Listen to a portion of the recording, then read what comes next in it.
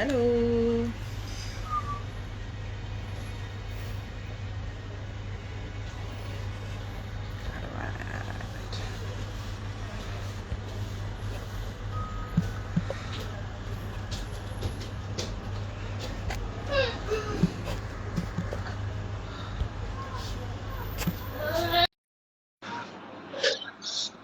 Hi guys, thanks for joining.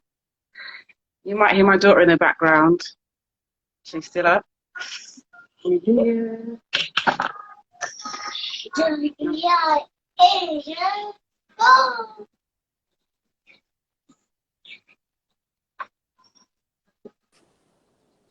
Hello. You Hi. might hear my daughter in the background. That's all Sorry. right. That's all right.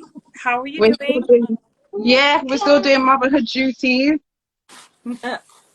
Oh, stop.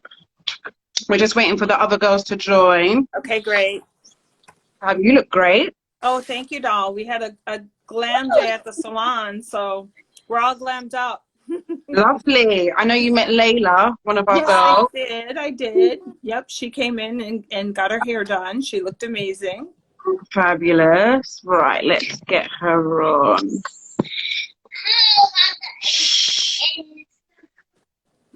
Request. We are just getting her now. Lay, is that you?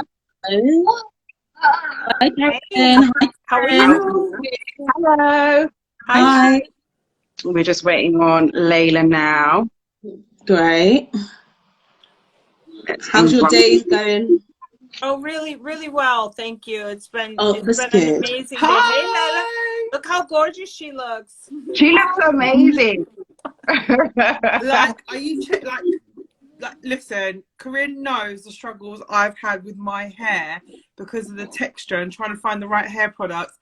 Please, can we just Wow. what is going on? And it's just the beginning. If you keep using the products, you will be I transformed. Like with Cinderella, your locks hanging out, you know. Oh, see, I need that. Rapunzel will be hanging out the window. Oh, honestly, when Carolyn showed me the mist, right, I thought it was going to be watery. When she opened up the bottle to show how thick the product was inside, I was like, you saw the look on my face, Carolyn. I was like, The what? Miracle Leave-In product. Yeah. Yes, Yeah. yes. It literally is so rich and yummy. I mean, if you look down into the actual bottle, you think to yourself, oh, I'm not putting that on my hair. It's going to weigh it down. I mean, but when you spray it, it comes out in this ultra fine mist. Couldn't It's believe so it. light and airy and so healthy for your hair. It's just, it is truly a miracle. It was amazing. It honestly I was know that word amazing. is overused, but ours really is. right. I It think does what it says on the bottle. That's right. It's a miracle in the Yes. bottle. Yes. legit. The products are the best. Thank you. I Products. can testify. I can actually testify. Amazing. Wicked. So maybe we'll do like a giveaway on our platform, and then maybe get one of the girls to win something. Oh, that'd be amazing. That'd be amazing. We're happy to support. Fantastic. So should we go straight into it? I've just got a little bit of Surely. background on you, just so we can just let the girls know a little bit more about you and your platform. You might hear Els in the background, so do ignore that. Mom life. Mom life. That's right. We do what we have to do, right? We do what we have to do, honestly. Okay, so Carolyn, the beautiful Carolyn, she's the founder of ItsA10HairCare, a self-made entrepreneur, boss mama of 5 children. She is one of the only Hispanic female CEOs worldwide to own a business of her size. And we're all just like, wow, because we're all aspiring business boss mamas, literally just doing it day by day. And before launching ItsA10, Carolyn worked as a hairstylist for over 20 years. Yes. Studying all hair types and textures. We love that. We love the diversity. Yes. Despite being a household name in the US, ItsA10 launched in the UK only last year. It did, and then COVID hit. Oh, Whoa! Boo, COVID. Through COVID. Carolyn is a huge believer of business with a purpose. So she's donated to a lot of different worthwhile charities and causes as well. And we love that. We love working with charity causes all the time. And we want to do more work with mums and women. Yeah, I love that. Yes. She is also here tonight basically to have a chat with us and talk about everything momprenneurship. Any kind of questions that you guys have, please just let us know and we'll just kind of go through them at the end. Yeah? Absolutely. I'm all yours. Okay, cool. So should we go for the first question? Surely. Yes. Fab. So the inspiration for your business clearly comes from your early childhood and your father basically instilling a lot of business advice into, which I love. And that's kind of like a personal thought on me, because my dad was a huge inspiration to my business, and even just now day to day, just, you know, calling up for advice. Would you say that you're like that with your children now in terms of giving them early business advice? Or Yeah, you know what? I think my father was definitely, you know, he started me very young at really teaching me financial literacy. And so that financial literacy was the foundation really for my mind kind of working in an understanding of money management, of achieving, of growing. So when you actually have the understanding and ability how to build something from very little, he always said it's not what you have, it's what you do with what you have. So that type of mindset really kind of made me think, wow, just think of all the things I can build on and grow on if I invest in them. So we do that financially, of course, but then I kind of took that concept into how to do it really in an entrepreneurial mind as well.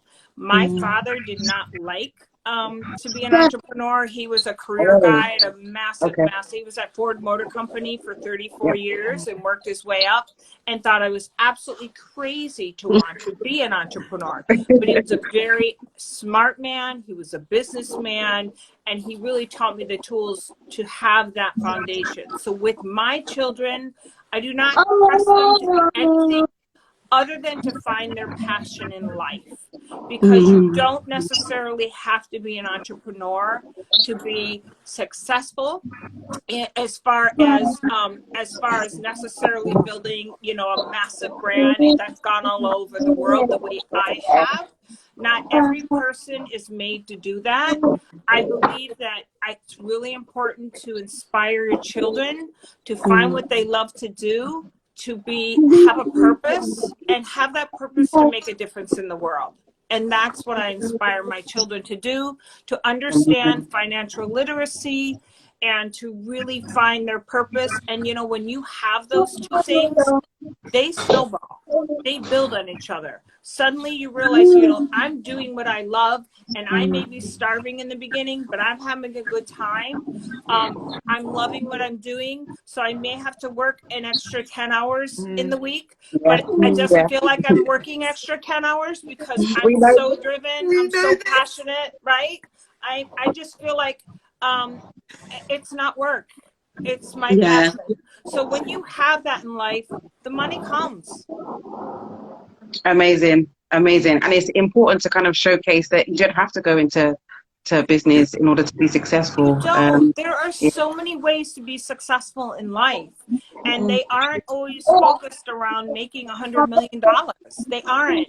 You know, I think that absolutely, as we discussed, a big part of being successful and being and growing in business and things you love to do is almost like karmic.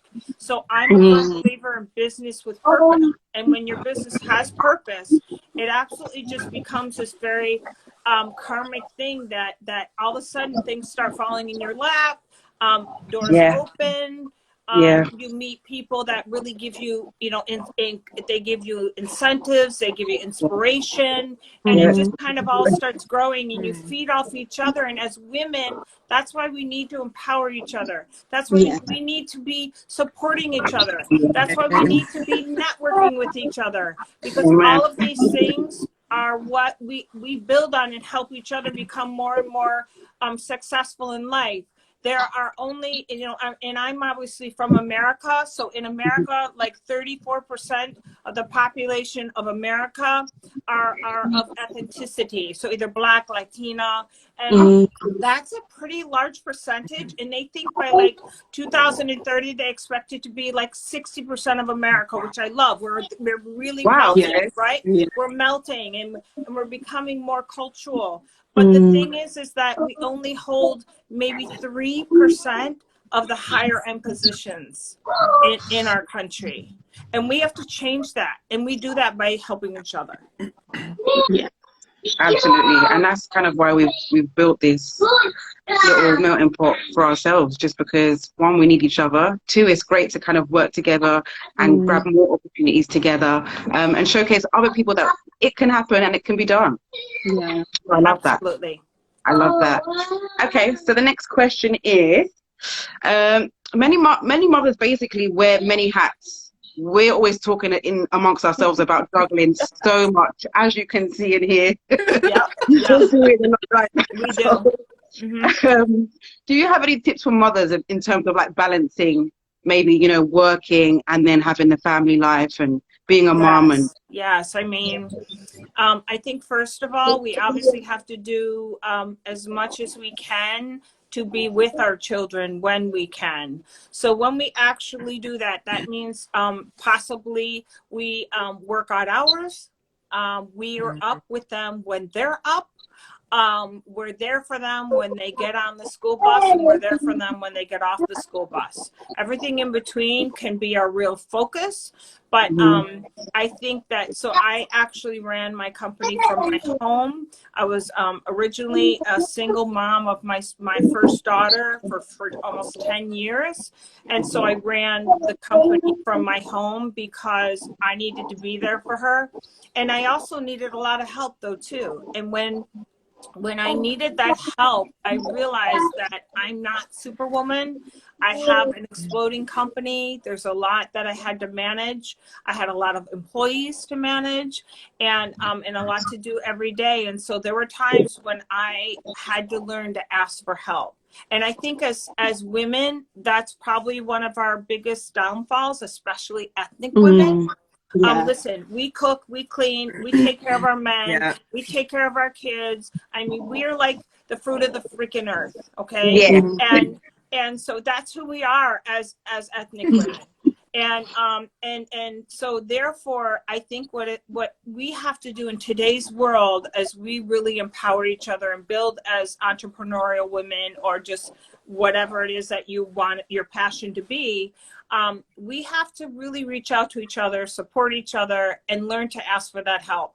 Maybe it's a neighbor, especially during COVID. I mean, when we were all in lockdown, oh my God, talk about going crazy that you had no breaks. I mean, it's like once in a while you need to keep your mental sanity as well. So it's like if you can call up, even if it's a neighbor, and say, you know what do you think of you come over and just give me a 2-hour break? Someone you can trust, right? We all have those friends, just those, and especially other women that, hey, that, can you want to come over and play with your kid? Or could I, bring my kid by? It's like just those little breaks, just that little extra support once in a while really helps you through some moments that allows you to actually do what you need to do. Amazing. He looks very cute. Oh, thank you. She's my face.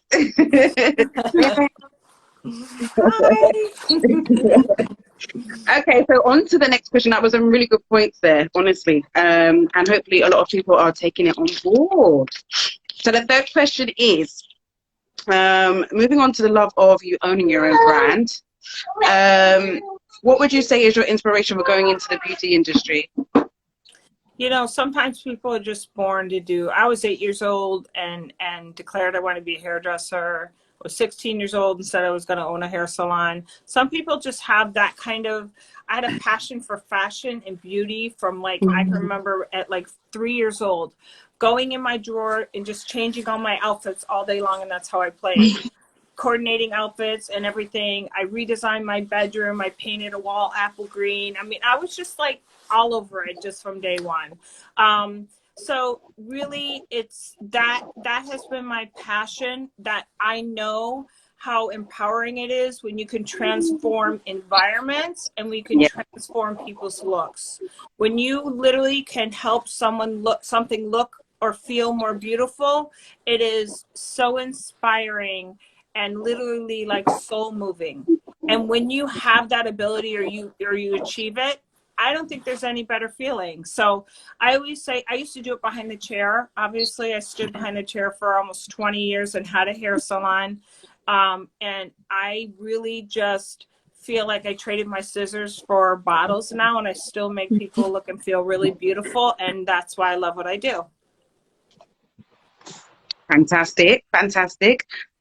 So over to Layla, who's going to ask the next series of questions. Listen, ladies, when I said Carolyn is inspirational, I meant it. Like, we got a chance to speak earlier, and wow, I kept saying to her, I was like, I've got goosebumps. I was so inspired. So and in sweet. fact, one of the things that me and Carolyn spoke about earlier, I really naively said, what's it like working in an industry where it's female dominated, right? I just assumed because women go to the hairdressers, and Carolyn's response was, actually, it's not.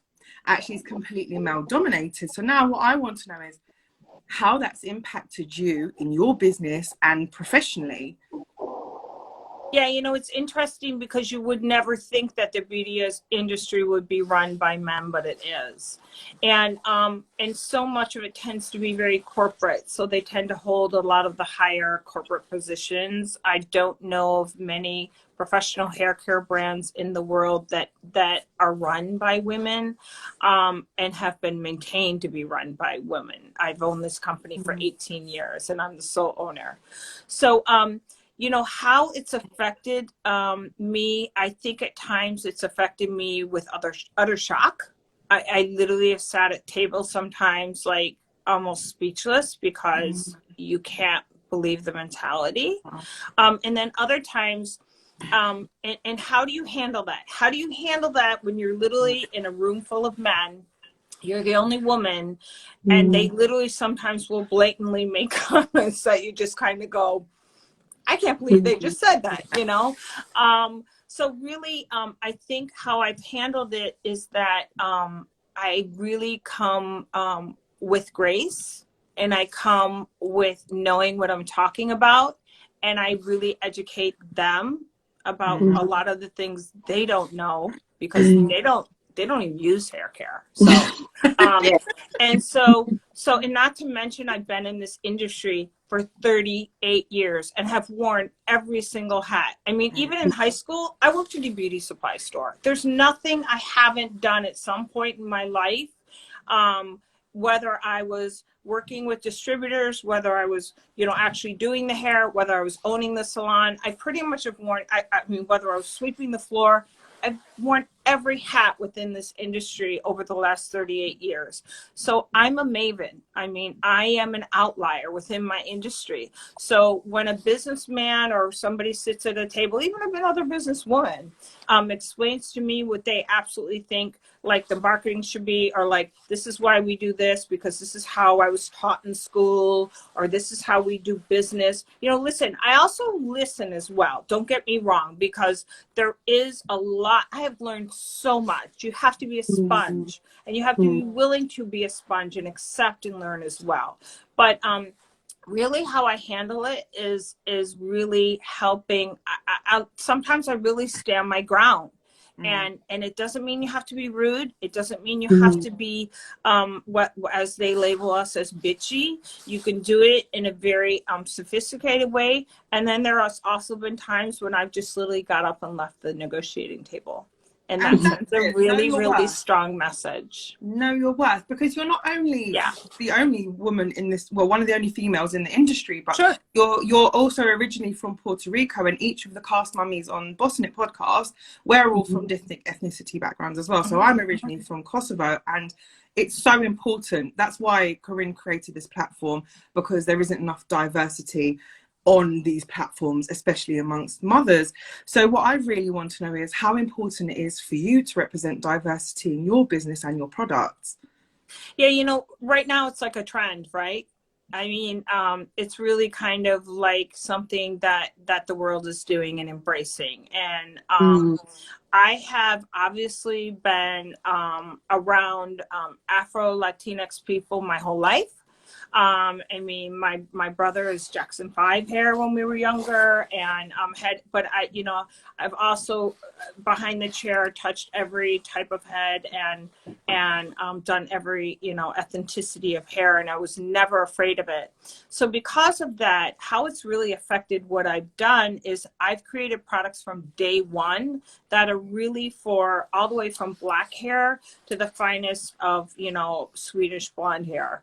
And so I started off with really creating products that were all about creating immense health to hair. And then there were people organically years ago, like Gabrielle Union came out and just like, oh my God, the first time in my life I've been able to grow my hair. And I'm like the weave queen. She said it. She's like, I am the weave queen. And I've been able to grow my own hair with these products. So right 18 years ago, from the product that I originally created, it was all about bringing all types of hair, including black hair, to an extremely healthy state. And I've just built on that. And so, like, I mean, literally my hair gets so fuzzy and frizzy, I can feel the underlying black hair in my hair come out, especially if I'm around humidity or any water. It literally, like, I can almost hear it, like, starting to crinkle up, So, I mean, I think my experience and in just my life in general has really kind of helped me be in the forefront. I've created products long ago that are now just people are doing I was never like ever just in a black aisle or just in a Caucasian aisle. And that's sad that we have that in the beauty industry, because I believe everything I create, I just created a makeup line. It goes all the way from the palest white to the blackest of black, because you know what? Everyone deserves to be beautiful. And like when I sit there and I think to myself, why did it take Band-Aid 110 years to finally make black Band-Aids? Are you serious? I mean, why is it that so many companies are just jumping on board now, when actually everyone deserves to be beautiful from day one? So that's been my mindset all along. And you know what, talking earlier, Carolyn, it was so obvious that you love to give back as well. We spoke about the foundation that you created from your daughter's bottles and things like that. So are there any particular platforms that you're working with currently, or you plan to work with in the future, in order to keep giving back to communities? Because you obviously care so much about them.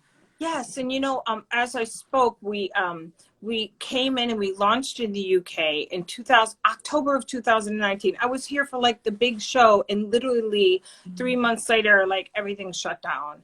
So so we actually started in negotiations with a particular company you have here. What's the name of it again? Beauty where we give back. Banks. Beauty banks. So it was all about, and can I tell you, I'm sure people need beauty banks more than ever right now, especially with COVID and everything. So we already had spoken to them, talked to them about giving them some products and working with them. That was one of them. But I'm always open to that. In America during COVID, we donated $5.4 million in shampoos, conditioners, and hand lotions to not only obviously the people that were on the front lines. I mean, those poor nurses' hands must have literally been bleeding, but actually to all the people that couldn't afford to maybe listen, we all needed to be cleaner, right? We went through a cleansing in the world. We learned that, COVID can maybe stick to your hair. I mean, all the things, you have to wash more, you have to make sure you're cleaner. And there were some people that just couldn't afford, especially having great ItsA10 products. I mean, if you're going to do it, you might as well do it with the best. Right? And listen, I experienced the best treatment earlier today, but it has been an absolute pleasure and honor to meet you today, Carolyn, and to speak to you. And for everyone on this platform, and for my followers to get to join this live and hear everything you've had to say, because I truly think everything you've done in your life is super inspirational. So thank you. I'm going to hand it over to Alvina now. Thank you for having me. Thank you. Yeah, I feel so inspired just listening to you. So inspired. And you've touched on some major points. We've touched upon diversity in the podcast, and importance of like inclusion. But back to motherhood. So in our podcast, we spoke a lot about juggling motherhood and our careers and our, you know, personal life. So how did you manage to basically juggle motherhood in the early stages of your beauty career?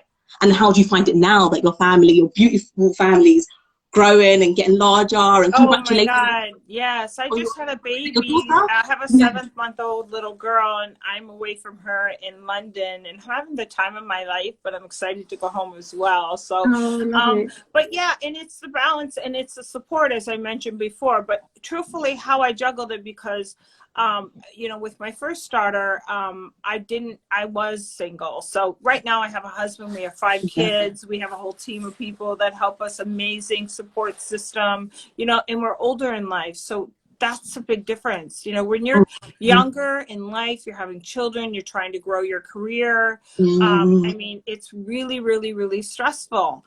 And so it is about really finding ways to not only juggle your work and obviously be there, make sure you're there for your kids, but also making sure you have your sanity time. So that's a big part of it too, you know? So you know, how I did it is like, I worked as much, you know, it's funny. I was Skyping like years ago when Skype was the only thing. You know, I was doing things to find ways to cut corners. I would subcontract the work out so maybe I wouldn't have to do it as much. I would find ways to actually stay at home and have other people do the work, so that I could, you know, be where I needed to be. And I would lay down with my daughter at 8 o'clock when she would go to bed. I would go to bed with her and I would sleep for, you know, a few hours. I would sleep till probably 12 or 1 o'clock in the morning and get at least, you know, my first foundation of sleep in there. And then I would get up and just start banging out emails and like catching up, because I had to be with her from, you know, from when she came home at school at 4 o'clock to 8 o'clock. So those 4 hours were her hours. And then I would sleep and then get up and work a little bit at night and then, you know, go back to sleep. So you just have to manage your time. You know, someone once asked me, how did you get to where you are? And I really sometimes have to really turn very introspectively, because usually I'm running 100 miles an hour and I just suddenly go, oh my God, I'm here. So, you know, sometimes you don't realize like, wow, you're just so focused on what you're doing. But I think that I really had to be introspective, and I really had to realize that I am a master at time management. And that's really helped me grow and become who I am today. That and the fact that I'm pretty oblivious to fear. So, but if you are a good time manager, it's everything, because time is money. Time is money, and time is love. You know what I mean? Your time with your loved ones are priceless, and you cannot spare those. I mean, you have to be there for your children in the way that they need when they need you. I mean, literally, I've been sitting at tables, at work tables, and I'm like, excuse me a moment, please. This is my daughter. And I pick it up. And I have the conversations. I let my children know I'm there for them, all of them. And, you know, we have a blended family, so I have older stepchildren. I have all of them. If they text me, I mean, I am usually like on it, like white on rice. If I'm not, it's because my phone is dead or something, you know? So that's really important that you learn to do all that balancing. And you know what? Sometimes you have to say, like you just said, I'm sorry, you're going to hear my daughter for a minute. You know what? I'm sorry, I need to pick up this phone call. It's my child. I mean, so I think, but there has to be a balance too with that as well, because there's certain times we also have to say to your children, you know what? I need to take this moment. I have to share this story with you. My daughter's going to kill me. She said to me the other day, she's 14 now. She goes, Mom, she goes, do you remember when I was really little and was going to run away because you were on the phone and you weren't paying attention to me? And I said, yeah, I remember. She's like, do you remember that you told me that you were going to help me pack my bags and call you a taxi? Call me a taxi? And I said, yeah, I remember telling you that too. She goes, that was so mean. And I said, you know what? It wasn't mean. I said, first of all, You know, I would never do that. I Yeah. said, but I wanted you to understand there were times that mommy needed to do what she needed to do. And you were not going to boss me and tell me that because you didn't get your way, you were going to run away. Because if you're going to run away, I will show you how to run away. And then you'll really see what life is about. So what I really did is I called her dad. And I'm like, listen, we need to have a talk with her. And we powwowed and we supported each other. That's true. You know, even if we're single mothers, co-parenting is massive, guys. No. It doesn't help your child by alienating the other parent. So that's a big part of it too. Make sure you're involving the people that can help support you. It helps your child, it helps your child's mind, and it helps you. So that's my story. Oh, amazing. So time management, that's something I'm so poor at. So I'm going to get better at that. And being fearless. It's an art. It's an art. So it's really, really important. Sometimes we waste a lot of time, you know, and you have to learn how to prioritize. Yeah, it's important. But so what's some of the best life advice you've received and you still live by to this day? You know, I think some of the best life advice I've ever received is some of the best deals you do are the ones that don't happen. I mean, if you think about it, sometimes we think, oh my God, I got to like close this deal, or oh my God, I have to like achieve this thing, and then when it doesn't, it just crushes us. And I've been doing this so long now and been through so much that you do start really realizing when you look back in life, and I'm telling you, this isn't just business. This can be personal stuff too, right? So it's like sometimes, you know what, that thing that didn't work out was truthfully like the best thing that ever happened to me in my life, because later on in life, there's so many bigger things. There's so many different things. It actually might have kind of maneuvered your path in life at that moment. Yeah. And that path then went the real direction it was meant to be. Like we were talking today, I'm a firm believer in kind of this karmic process and how things fall into place, especially when I have someone organically supporting me. I'm the kind of person, like, I'm really faithful and I'll organically support you. In the very beginning of my career, we had no money for marketing, advertising, or anything. And Christina Applegate went on the front cover of one of the largest magazines, which is People magazine. It's this huge, and she publicly spoke about my products. And then she went and did it on another magazine. I was like, oh my God, this is so amazing. I need to thank her, you know? And so I reached out to her and I created a pink leave-in bottle for breast cancer. And I told her, I'm going to donate to your foundation a portion of proceeds, just organically thanking you for appreciating me and what I created. And so, you know, that relationship we still have today. I still know her. I could call you know, her team up tomorrow and say, let's work together again. I later created a whole collection for her in pink, and we did it for a whole year. I mean, I believe in those kind of relationships. You know, we help each other out and we support each other, and that's what it's all about. Definitely. That's amazing. And we know how important it is to look and feel your best. How do you boost your self-esteem? And do you have any tips for women who need that pep talk? Yeah, you know, so much of it is making sure you have the time for yourself. And whatever that may be. You know, I happen to like, you know, when I take the time to actually sit in a bath, that is so, like, I literally, once I finally, and sometimes I have to literally say, you excuse myself to my family and just go and like, go sit in a bathtub with bubbles. And that absolutely like just brings me down to a whole other level. And or make sure that, hey, you know what, I'm a perfectionist as far as grooming. So if I'm ungroomed, I'm grumpy. I'm sorry. If my nails aren't right, or if my, you know, I have roots sticking out, or, you know, I feel grumpy. So I make sure that I have the time to do the things that makes me feel like the woman I am. And so, and sometimes it may be even inspirational things. I love documentaries. I'm a nut with documentaries, or like, I'm also like, I love investigative stories, stuff like that. Like, you know, these TV shows that are really kind of educational based. So anytime, if I want to decompress, I kind of just plop in the bed and just like You know, it's like, I just want to be mindless, you know, although I'm never full, like, of course I'm learning something. I always love to learn, but that's my joy. That's my joy. That's how I kind of relax. And that, and I like to float on the water. I live in Miami. And so my true solace is to float on the ocean. That's like my heaven on earth. So I love to do that. And it's important you do whatever it is. Listen, going and taking your dog for a walk sometimes on a really pretty day can totally break you away from what you kind of were like in, and like suddenly it brings you down like a notch, you know. Because one, animals, they say statistically it's proven people who own animals are 20% happier.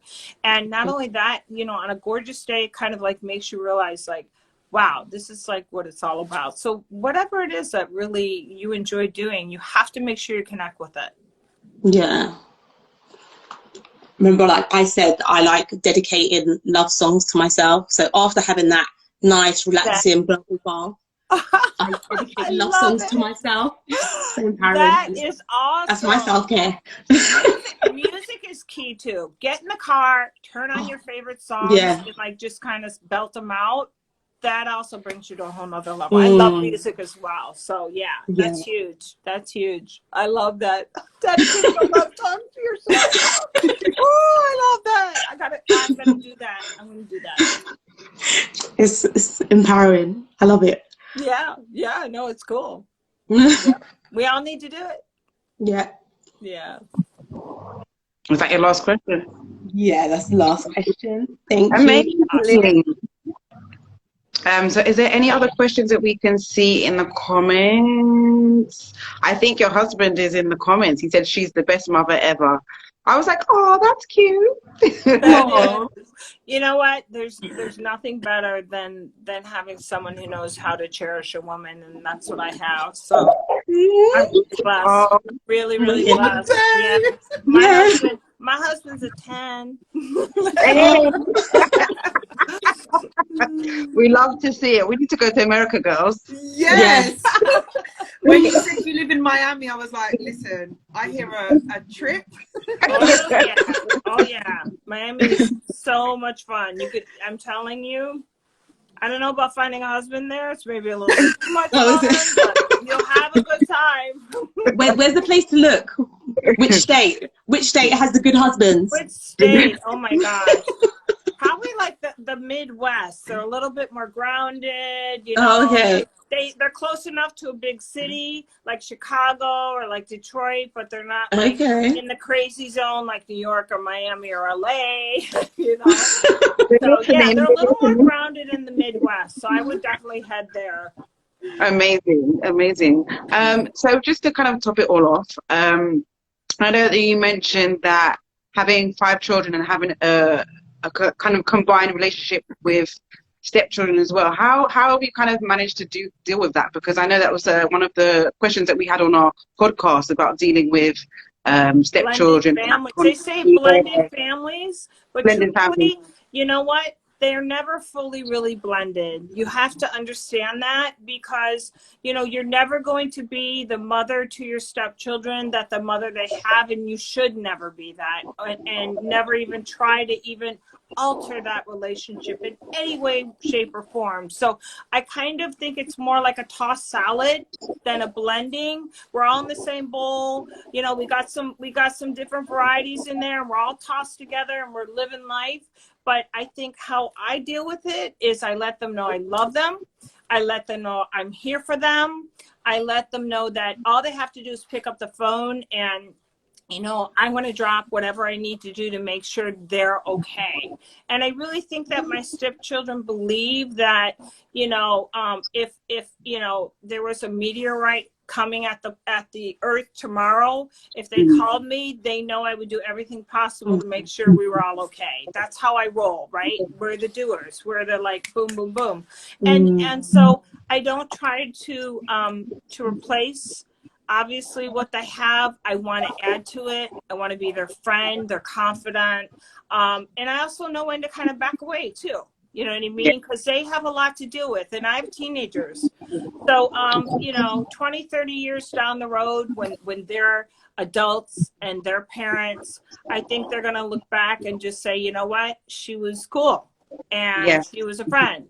And, Mm. and with my daughter and them, you know, the rules that I have for her, I respect with them as well. You know what I mean? I don't treat her any specialer. I don't treat her any differently. You know, how much I love her is really how much I love them. So I make sure that anytime we have something going on, it's always very inclusive, because we are a family unit, and that's how we live our lives.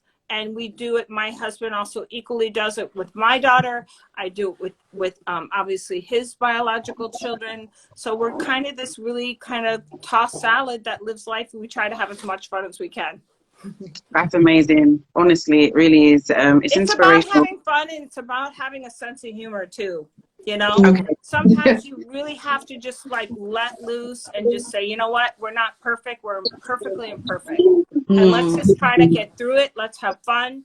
And, you know, sometimes that's just the best way, humor, Yeah. especially with Yeah. when you've got, you know, 5 kids. Yeah. And teenagers as well, you know, they can take something super seriously. So you just kind of have to make a joke or do something. Amen. Amen. You said it. You said it, because obviously everything is very dramatic. Oh my God. It's like, whoo, the world is ending. Legit. Just gotta say, don't worry, babe, we're gonna get through it. Yeah. Sorry, my daughter's climbing on the table. So in terms of any kind of future events or anything that we can look forward to from the hair care line? Yeah. So we just launched our blow dry collection, which we're super excited about. We think in March we're going to be launching our next collection, which is our coily collection. And so, which by the way is not just for black hair. I know, you know, Swedish people that have coily fine blonde hair. Coily is coily, you know, and coily doesn't mean you have a certain color skin. So it's all about really addressing hair problems or hair issues and making them more beautiful, embracing their naturalness. And so I think that's going to be our next launch. It'll be probably either first quarter or mid of next year, because we don't want to overwhelm everyone. So little by little, I have plenty to show you. Exciting. We're excited. I know Layla is, and the other ladies. I know they wanted to jump on, but you know everyone's got things that they're doing. So maybe it'll be a good idea when you're back in the UK. Maybe we can do an actual live interview where we have all the ladies together, and we can kind of, you know, chop it up then. That'd be great. That'd be great. Yes. Fantastic. So is there any other questions you girls had? No, just thank you. Oh, sorry. Yeah, no, I don't have a particular question. More like my ending statement really is that it's so hard, super rare to find a woman who has broken through so many glass ceilings to get to a point where Carolyn has, but B, who has done it authentically. Yeah. And for me, that's what I've taken away the most from meeting you today, Carolyn, is that, like we spoke about, that imposter syndrome and that self-doubt. Yeah. You took so much of that away from me today. Good. Just by being you. And like, I needed that. I really needed that.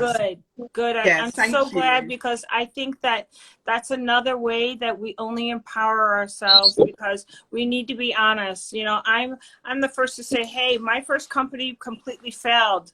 And I lost everything, and I had to start over. I'm the first person to say, but I've made a ton of mistakes, but I find a way to kind of move past it, move around it, move over it, whatever I need to do, and not let the fear of it paralyze me. And so if I can do it, anybody can do it. It's all really a matter of really understanding your mind and your perception. Perception is everything in life. And so you know, that's I think a lot of people meet me and their perception is going to be, oh my God, she's really successful. I bet she's bitchy. I bet she's like, maybe she's a diva. I mean, it's like, oh, you know, people act maybe a little timid around me. They're more quiet in the beginning. And you know what? I think once I really, like you said, show them just my authentic self, because this is just it, baby. What you see is what you get. And so ultimately, when they end up meeting me and we start chatting and they realize, you know what, I have all the same issues you do. And it's just really how your perspective and how you move through them. Thank you. That's it. That's all I have to say. Thank you for inspiring me today. Thank you. My pleasure. I appreciate you. Yes, thank you. I appreciate you having me, and I'm going to be coming back. And obviously, listen, I can Zoom from the States just as easy as I can from here. But hopefully, we get to, you know, screw this COVID stuff. I'm like so ready. I almost swore again. I'm like ready to drop some bombs. I'm so over it. I know everybody is. Let's like get together and really create some great events. And, you know, like we did today, we had a live salon event. You know, people were coming in and they hadn't seen each other in like almost 2 years. They were almost crying where they were embracing, you know, it was so emotional. It was so fun. And that's what we need, more of it. That's what we need. Yeah. Definitely. Amazing. Thank you. I don't want to take up too much of your time. Thank I know you. you have Thanks long for day. having me. You guys have an amazing night. Yes, we will. Thank you so much. Thank you so much, Carolyn. Carolyn. Bye, everyone. Thank you.